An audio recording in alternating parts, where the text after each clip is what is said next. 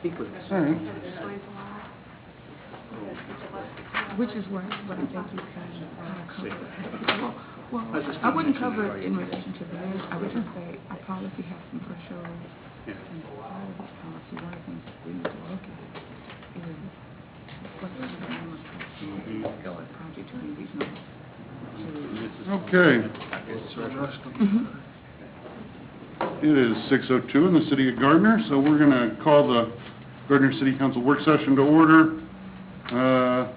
We've got two items on the agenda, although I'm holding in my hands here for item number one, which was a request from Marvin's Tow Service for a property tax abatement, a letter from the Porto Law Firm dated September 3rd to Michael Hall.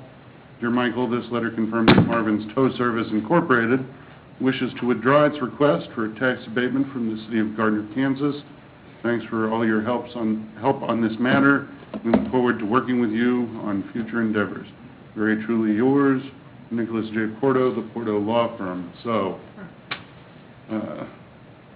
discussion item number one is now the update regarding the Zimmer Big Industrial request for tax abatement as a condition of annexation.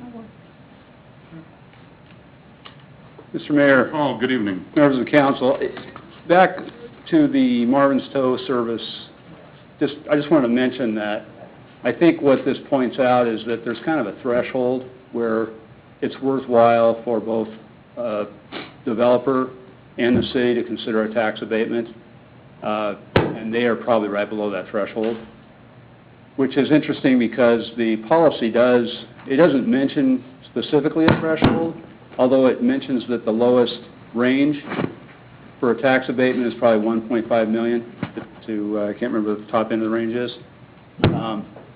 And their total capital investment was about $2 million. Their investment in real property was $1.3 million. And the property tax abatement is based on the $1.3 million. So it's kind of points that out. I think it was kind of useful in that sense. And if you look at how much property tax is abated, it's probably below what their administrative costs would be if they went through that process and got to the point of issuing industrial revenue bonds. So Very good. with that, I'll move on to the update. So we had a work session on July 15th where we presented a cost revenue analysis. It was a very preliminary analysis. I want to emphasize it was a cost revenue analysis and not a cost benefit analysis. And what it indicated was that it was a loser for the city if the city was to do as they requested, which was a 75% tax abatement and paying for the road and everything else. So since that time, we met with them and we discussed our city to the west and their policy toward tax abatement, which is, on the face of it, 75% tax abatement. And so as we explained to the developer, Zimmer and Big Industrial, that you can't just look at the face amount on the policy, comparing 50% to 75%, because it's really not an apples-to-apples comparison. There's a difference in origination fee and application fee. And so what we agreed to do is do an apples-to-apples comparison. And so that's what we did. And I'll direct you to the worksheet that's in your packet.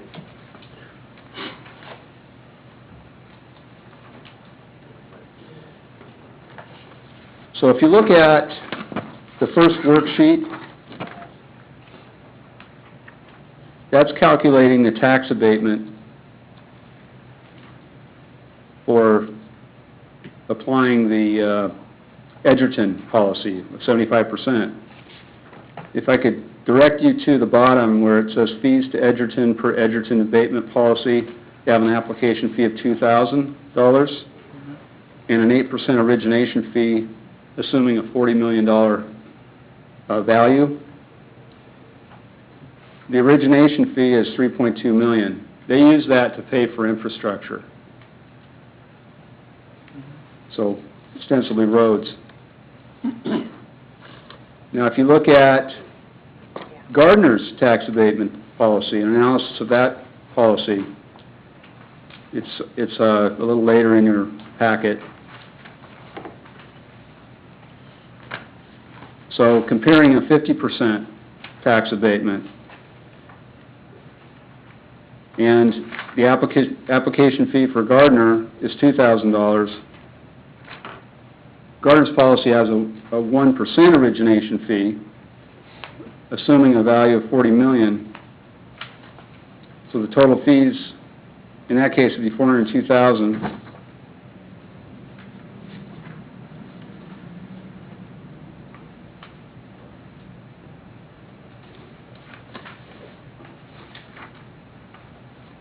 So total taxes paid to Gardner with a 50%.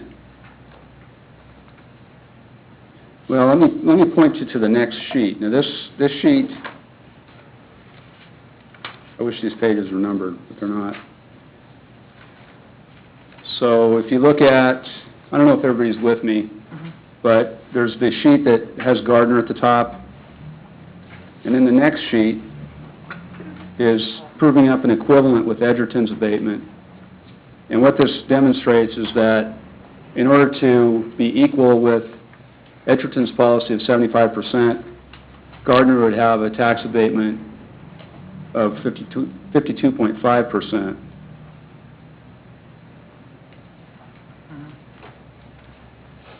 This was something that was done by the finance director, and what she shows is that puts us at equal with Edgerton at 52.5%. So it's all based on that origination fee. Are there any questions about that?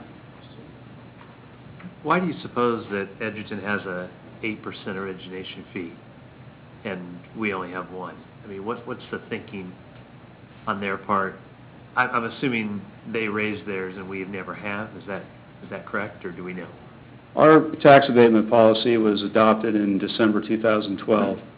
Edgerton's policy was in place at that time. I wasn't here. I don't know exactly what thought processes went into it. I presume that Edgerton's policy, it looks good on the face, so it might be attractive to someone who just looks at the face of it.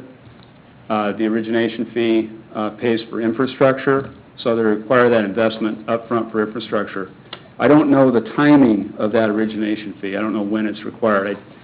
I didn't look at that today, but Is ours required up front? I mean, I would guess that.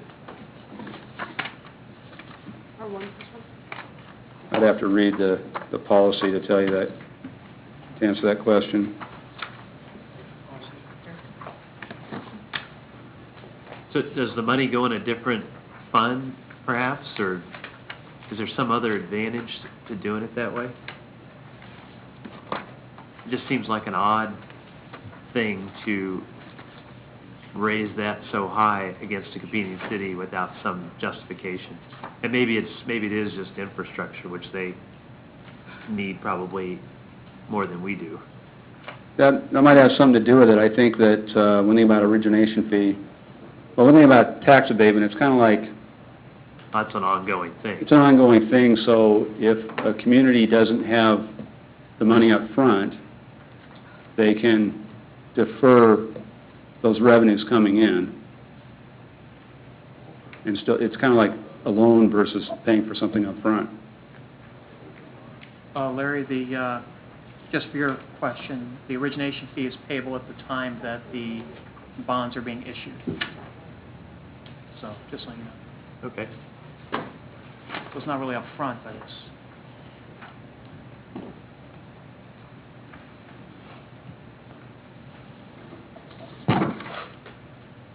One thing that is very clear about